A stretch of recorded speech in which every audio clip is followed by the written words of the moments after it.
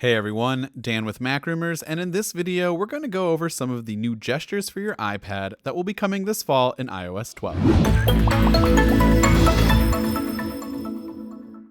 The new iPad gestures are identical to the gestures on the iPhone X, with Apple preparing us for the elimination of the home button in future iPad models.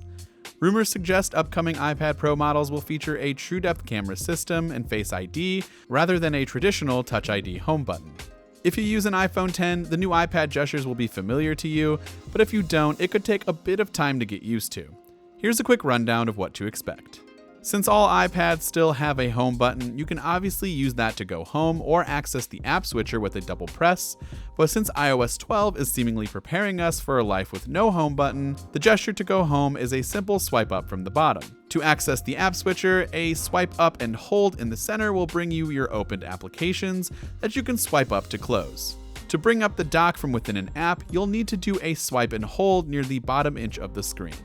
Control Center in iOS 11 was paired with the app switcher and was accessible by swiping up on the dock, but that gesture now opens the app switcher alone without providing access to Control Center. Getting to Control Center is now done by swiping downwards from the right portion of the status bar, where it displays your battery life and Wi-Fi or cellular connections. As far as gestures go, that's it, but iOS 12 does offer a few other improvements worth mentioning. The iPad status bar has been redesigned in iOS 12, and it now resembles the status bar of the iPhone X. The date and time are listed on the left-hand side of the status bar, while battery life and Wi-Fi cellular connections are displayed on the right-hand side. The middle of the display, where the date was previously shown, is left open, perhaps for a future notch. Prior to iOS 12, the iPad status bar did not show the date, so that's also a new addition. When typing on the iPad, if you press and hold on the spacebar, it will turn the keyboard into a trackpad to make it easier to navigate through a document and move the cursor. This is a feature that has been available on iPhones with 3D Touch, but with iOS 12, it expands this to the iPad.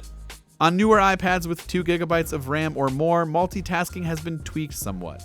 While in iOS 11, you can have a maximum of 2 applications working simultaneously, on iOS 12, you can have 3. To use 3 apps at once, pair 2 apps in split view with a slide-over window.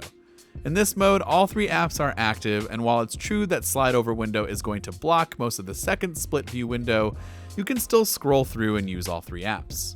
With new iPads almost certainly on the horizon, be sure to stay locked in to MacRumors.com for more information, and let us know in the comment section down below what features you're most excited about with new iPads and iOS 12.